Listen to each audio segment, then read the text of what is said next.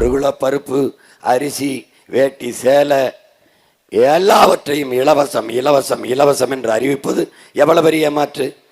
எனக்கு நீங்கள் டிவி கொடுக்கிறீர்கள், ஃப்ரிட்ஜ் கொடுக்கிறீர்கள், மிக்சி கொடுக்கிறீர்கள், கிரைண்டர் கொடுக்கிறீர்கள், இலவசம் என்று சொல்கிறீர்கள்.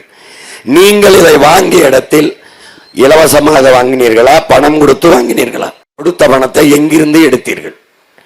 எங்கிருந்து எடுத்தீர்கள்? அது எங்களிடமிருந்தான் எடுத்தீர்கள். எப்படி? கணக்கில்லாத வரியை திணித்து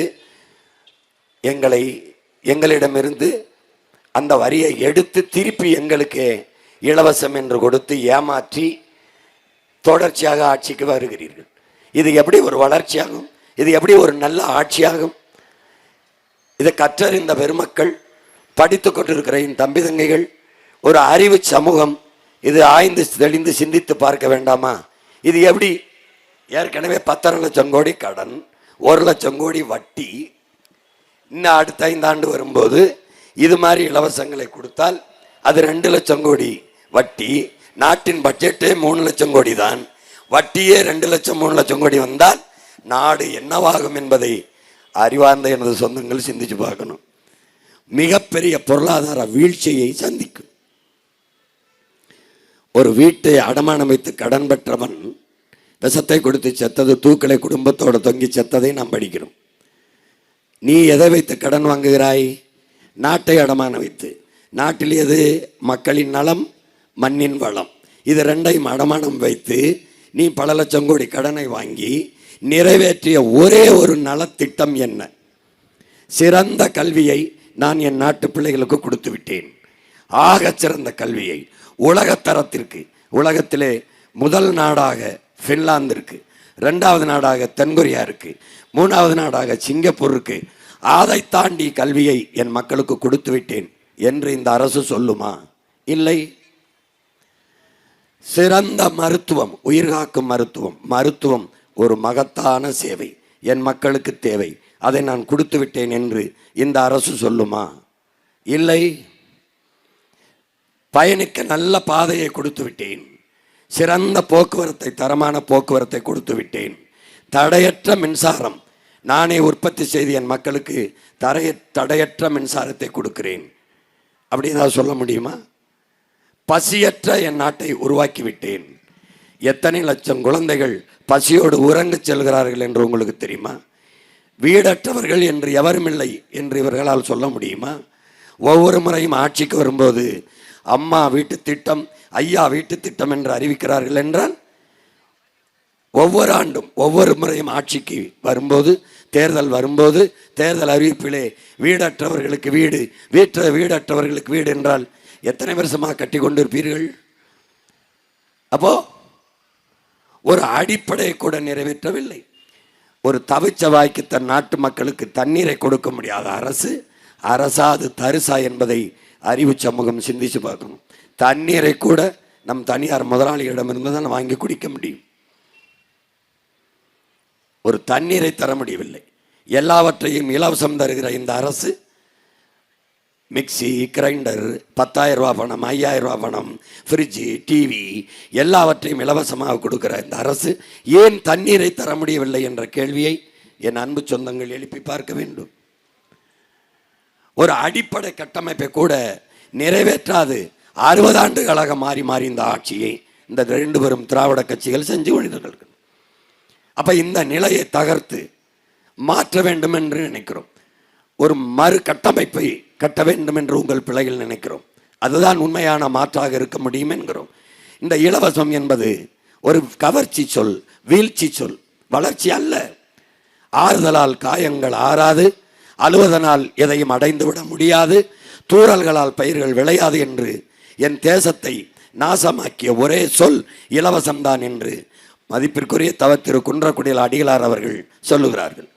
இலவசம் எப்படி வளர்ச்சியாகும்? எப்படி வளர்ச்சியாகும்?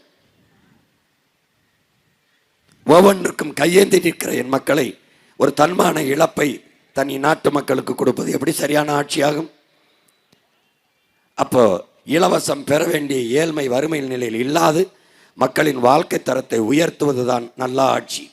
கல்வி, கல்விக்கேற்ற வேலை, அதை கொண்டு வாழ்கிற பெருமைமிக்க வாழ்வை கொடுப்பதுதான் சரியான ஆட்சி. படித்தவர் படிக்காதவர் அனைவருக்கும் அரசு வேலை கொடுப்போம் என்கிறோம் உங்கள் பிள்ளைகள். நிலமும் வளமும் சார்ந்த தொழிற்சாலைகள், வேலை வாய்ப்பு. ஏற்காடு என்றால் ஏற்காட்டில் என்ன வரும் அதை வைத்து அங்கே தொழிற்சாலை. சேலம் என்றால் சேலத்தில் என்ன, மேட்டூர் என்றால் மேட்டூரில் என்ன, ஓமலூர் என்றால் ஓமலூரில் என்ன, ஆத்தூர் என்றால் ஆத்தூரில் என்ன. அங்கே கரும்பு வருமா, தொழிற்சாலை. அங்கே மரவள்ளி கிழங்கு வருமா, அதிலிருந்து தொழிற்சாலை. உங்கள் மகன் படம் போட்டு போட்டு காட்டுகிறேன் பாருங்க. உலகத்தில் ஒவ்வொரு வளத்தை வைத்து ஒவ்வொரு நாடும் எப்படி சிறப்பாக முன்னேறி வருகிறது என்று. இவ்வளவு வளங்களை வைத்துக் கொண்டு என் நாடு ஏன் வறுமை ஏழ்மையிலே சிக்கி தவிக்கிறது? அடிப்படை தேவைக்கு ஏன் கையேந்துகிறது? இந்த நிலையை மாற்ற வேண்டும் என்று உங்கள் பிள்ளைகள் துடிக்கிறோம். அதற்காகத்தான் தொடர்ந்து தொடர்ந்து தொடர்ந்து தனித்து தனித்து தனித்துவத்தோடு உயர்ந்த தத்துவத்தோடு இந்த களத்திலே நிற்கிறோம். யாரோடும் சேராமல். உங்கள் மகனை நீங்கள் நினைத்து பாருங்கள். 1 விழுக்காடு 2 விழுக்காடு வாக்கு வைத்திருக்கிற எல்லோரையும் சீட்டு நோட்டும் பேரம் பேசி கூட்டணிக்கு கூப்பிடும் போது 8.5 விழுக்காடு 36 லட்சம் வாக்கு வைத்திருக்கிற என்னிடத்தில் எவ்வளவு பேரம் பேசியிருப்பார்கள் என்று யோசித்து பாருங்கள். ஏன் நான் சொல்லவில்லை? பணத்திற்காக வந்தவன் இல்லை, நான் பிறந்த இனத்திற்காக வந்தவன். பதவிக்காக வந்தவன் இல்லை, என் மக்களின் உதவிக்காக வந்தவன். என் மக்களை வைத்து பிழைக்க வந்தவர்கள் இல்லை, நாங்கள் என் மக்களுக்காக உழைக்க வந்தவர்கள். அதனால்தான் தோல்வி என்பது தோல்வி அல்ல, அது வெற்றியின் தாய். நாங்கள் தோற்கவில்லை, வெற்றியை துரத்தி கொண்டிருக்கிறோம். தோல்வி என்பது எங்களுக்கு இல்லை, வெற்றி ஒன்றே எங்கள் எல்லை என்று தொடர்ந்து தொடர்ந்து என் மக்களை நம்பி மக்களுக்காகவே களத்திலே நிற்கிற பிள்ளைகள் உங்கள் பிள்ளைகள், நாம் தமிழர் கட்சி பிள்ளைகள். இதை புரிந்து கொண்டு அறிவார்ந்த தமிழ் சமூக மக்கள், பேரன்பு கொண்ட எனது பெற்றோர்கள், என் உயிருக்கினிய என் உடன் பிறந்தார்கள், இந்த தேர்தல் களத்தை மற்றவர்கள் வழக்கம் போல ஒரு தேர்தல் களம் இலவசம் அறிவித்தாச்சு, வாக்குக்கு காசு 1000 2000 கொடுத்தால் வாக்கள் வாங்கிவிட முடியும் என்று நினைக்கிறார்கள். இல்லை, அது ஏமாற்று. ஏமாற்று. இலவசத்தில் இழக்கிற பணத்தை எங்கிருந்து எடுக்கிறார்கள் என்ற கேள்வியை ஒவ்வொரு என் உறவினரும் எழுப்பி பார்க்க வேண்டும்.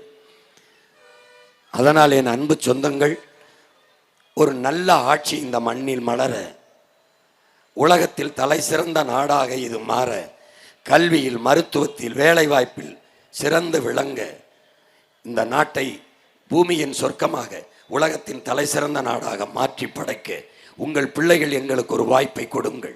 ஐயா கருணாநிதி அவர்கள் ஆட்சியில் பலமுறை நீங்கள் வாழ்ந்து விட்டீர்கள்.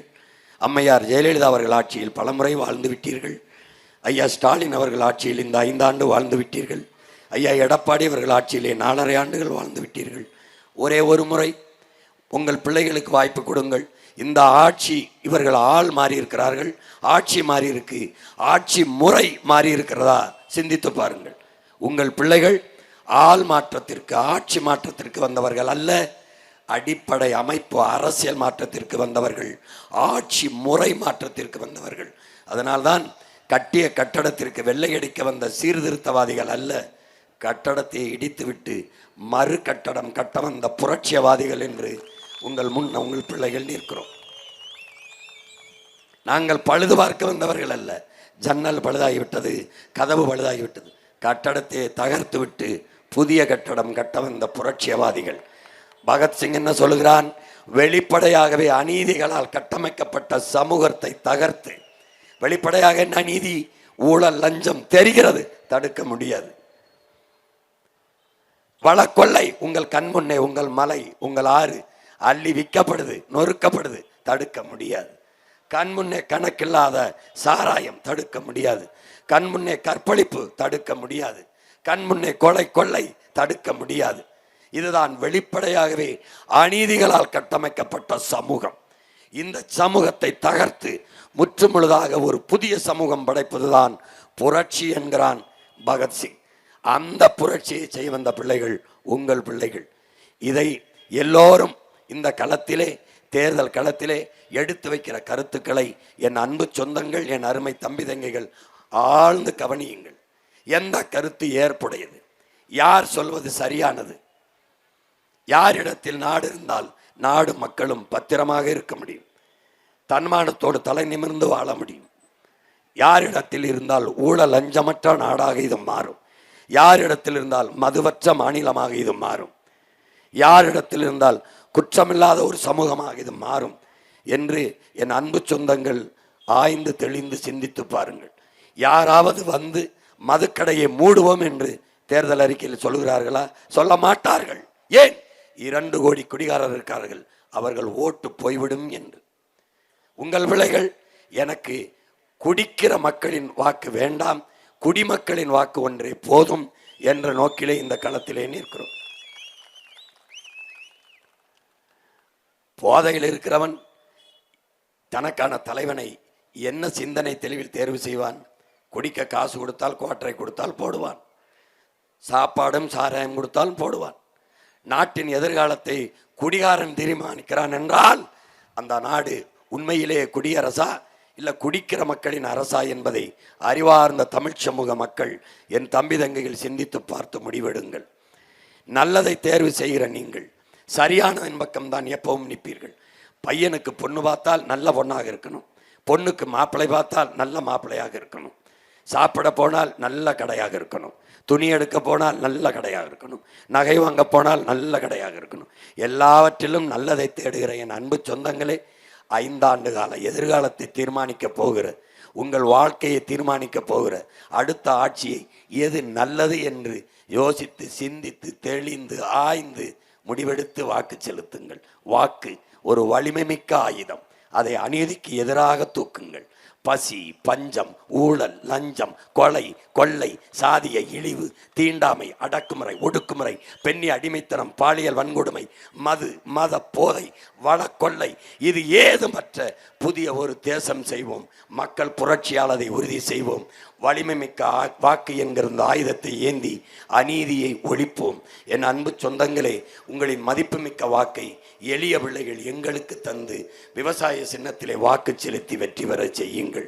இந்த களத்திலே ஏற்காடு தொகுதியிலே நிற்கிற என்னரும் தம்பி, என் உயிர் இளவல் பழனிசாமி அவர்களை, இளங்கலை வணிகம் படித்த என் தம்பிக்கு வாக்கு செலுத்தி வெற்றி பெற செய்யுங்கள். என் தம்பி பழனிசாமியின் வெற்றி என்னுடைய வெற்றி அல்ல, என் தம்பியின் வெற்றி அல்ல, நம் இனத்தின் வெற்றி, நம் இனத்தின் தன்மானத்திற்கான வெற்றி, தமிழ் பேரினத்தில் அதனுடைய எழுச்சி மாறுதலுக்கான வெற்றி.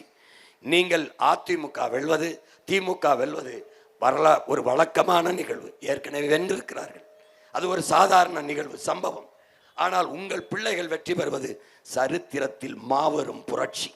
வாக்குக்கு 1 ரூபாய் காசு கொடுக்காமல், வாரிசாக இல்லாமல், அவர் மகன் இவர் மகன் என்று இல்லாமல், 30 கோடி 40 கோடி முதலீடு இல்லாமல், மக்களுக்கு தன்னலமற்று சேவை செய்ய வேண்டும் என்ற மனத்தோடு இந்த களத்தில் நின்று எளிய பிள்ளைகள், அன்றாடங்காட்சி, தினக்கூலிகள், உழைக்கும் மக்களின் வாரிசுகள் நின்றார்கள், வென்றார்கள் என்ற வரலாற்று பதிவை நீங்கள் இந்த நிலத்திலே உருவாக்குங்கள். என் அன்பு சொந்தங்களே, புரட்சி எப்போதும் வெல்லும். உங்கள் பிள்ளைகள் எங்களின் வெற்றி அதை சொல்லும். எங்கள் இலக்கு ஒன்றுதான், நம் இனத்தின் விடுதலை. இனம் ஒன்றாவோம், இலக்கை வென்றாவோம். தமிழ் தாய் வாழ்க, தலைவர் பிரபாகரன் வாழ்க, நாம் தமிழர்.